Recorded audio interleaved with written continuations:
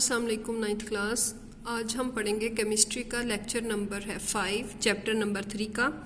Topic का name है atomic size. बच्चे आज हम पढ़ेंगे एटॉमिक साइज, एटॉमिक रेडियाई, ये क्या होता है। तो अगर हम बात करें तो हम बार बार यही कहते हैं कि size of atom is very small, size of atom is very small, even we can not see it with the naked eye. हम इसको आम आंख से नहीं देख सकते क्योंकि एटम जो है उसका साइज बहुत स्मॉल होता है।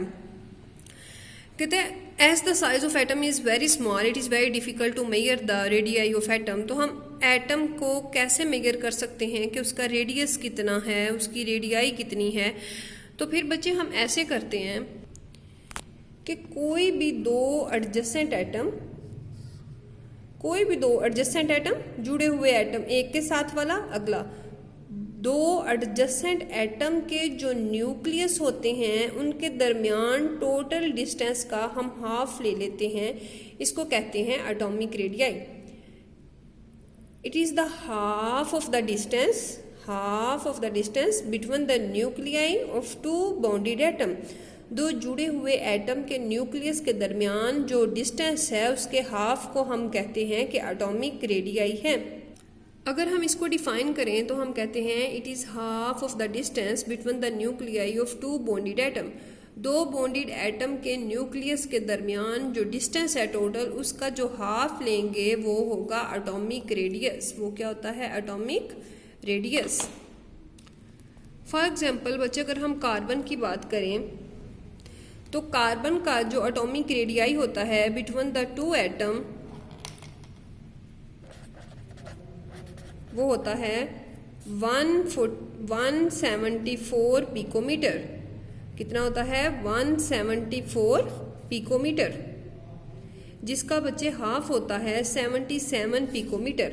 और अगर हम ये एग्जांपल देखें तो ये एग्जांपल है कार्बन की, और इसके दो बॉन्डेड एटम के दरमियान, दो एडजेसेंट एटम के न्यूक्लियस के दरमियान जो टोटल डिस्टेंस है वो है 174 पिकोमीटर, जिसका हाफ होता है 77 पिकोमीटर।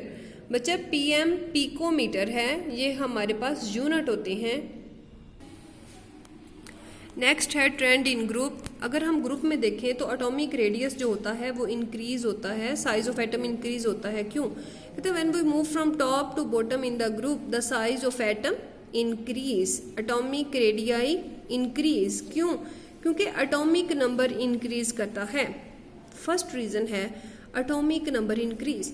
हम बार बार कहते हैं कि एटॉमिक नंबर इंक्रीज तो करता है ग्रुप में, लेकिन कैसे?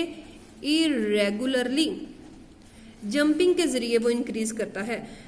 Number of shell increase as the atomic number increase, the number of shell also increase. जब नंबर ऑफ शेल इंक्रीज होते हैं तो इफेक्टिव न्यूक्लियर चार्ज कम हो जाता है।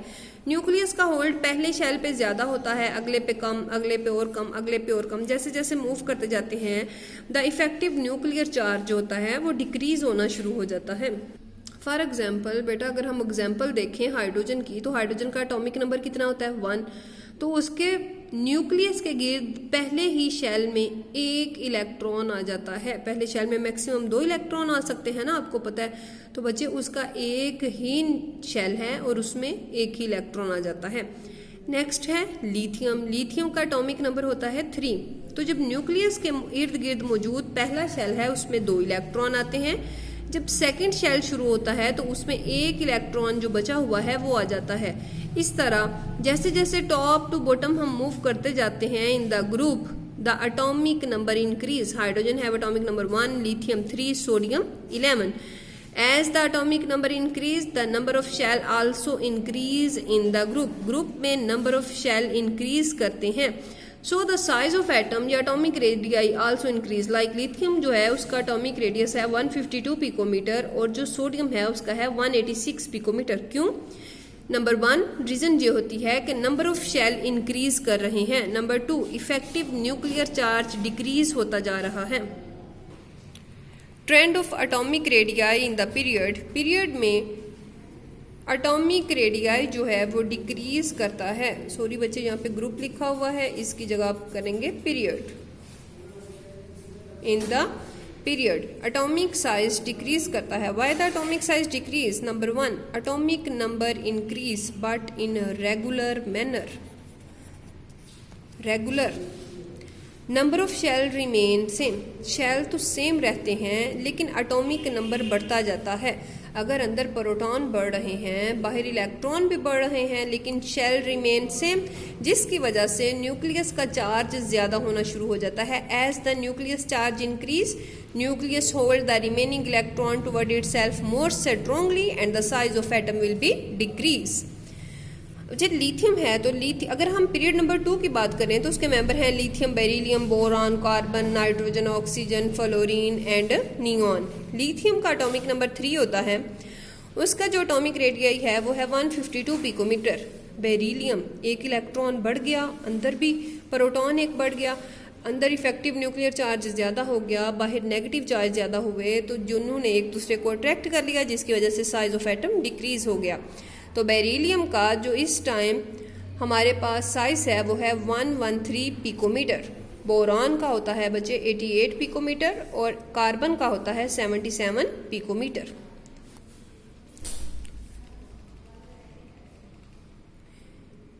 कहते हैं हम जब भी बात करते हैं तो हम कहते हैं ग्रुप में एटम का साइज हमेशा इंक्रीज करता है। क्यों? Because atomic number increase, atomic number देखें बढ़ रहा है। हाइड्रोजन का 1, lithium 3, sodium 11, potassium 19। As we move from top to bottom in the group the size of atom increase because number of shell increase, effective nuclear charge decrease. अब देखें बच्चे, अगर हमारे पास ये शेल 1 है तो शेल 1 पे न्यूक्लियस का होल्ड ज़्यादा होगा, शेल 2 पे कम हो जाएगा, शेल 3 पे और कम होता जाएगा। जैसे जैसे शेल इंक्रीज होते जाएंगे न्यूक्लियस का होल्ड कम से कम होता जाएगा।